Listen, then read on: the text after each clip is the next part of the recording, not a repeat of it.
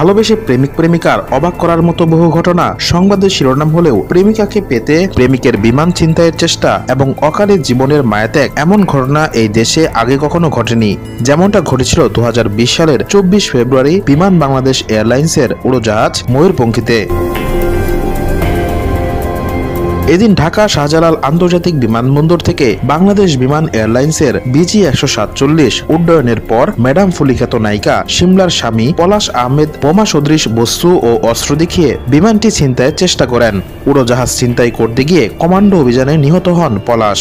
এরপর পুলিশের তদন্তে জানা যায় 2018 সালের 3 মার্চ শিমলার সঙ্গে পলাশের বিয়ে হয়। পলাশ আগের বিয়ের খবর গোপন করায় ওই বছরের 6 নভেম্বর শিমলা তাকে ডিভোর্স দেন। ডিভোর্সের পরেই হতাশা থেকে বিমান ছিনতাইয়ের চেষ্টা করেন পলাশ। এই ঘটনায় অভিনেত্রী শিমলাকে কয়েক দফা জিজ্ঞাসাবাদ করা হয়, যেখানে অভিনেত্রী জানান বিয়ের পর মনে হয়েছিল পলাশের মানসিক সমস্যা আছে, তাই ডিভোর্স দিই। তবে কেন বিমান ছিনতাইয়ের চেষ্টা করতে গেছেন সেটা বলতে পারছি না। বিমান ছিনতাইয়ের সেই ঘটনা টক অব দ্য টাউনে পরিণত হয়েছিল সে সময়ে। উড়োজাহাজ ময়ূরপঙ্খী ছিনতাই চেষ্টা মামলার চূড়ান্ত প্রতিবেদন তদন্ত শেষে আদালতে জমা দেয় পুলিশ।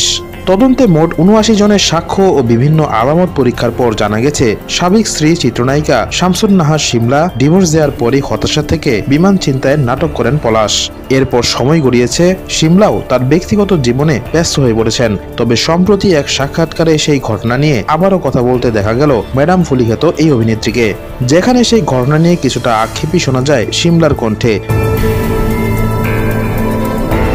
অভিনেত্রী বলেন, পৃথিবীতে ভালোবাসার জন্য এই ধরনের কোনো ঘটনা ঘটেছে কিনা বলতে পারি না, তবে আমি বিষয়টি নিয়ে গর্ব করছি না, কারণ এটা আমার জন্য কষ্টের। শিমলা বলেন, আমি চাই না কখনো আমার জন্য কেউ এসব করুক। বেঁচে থাকতে আর কখনো এমন ঘটনার মুখোমুখি হতে চাই না। আমাকে ভালোবাসলে একটা ফুলই যথেষ্ট। বয়স 40-এর গণ্ডি পেরুলেও এখনো সিনেমায় ফিরতে চান শিমলা। জানালেন, যে কোনো চরিত্র পেলেই অভিনয় করবেন, সেটা নায়িকা হোক কিংবা পার্শ্ব চরিত্র, আপত্তি নেই।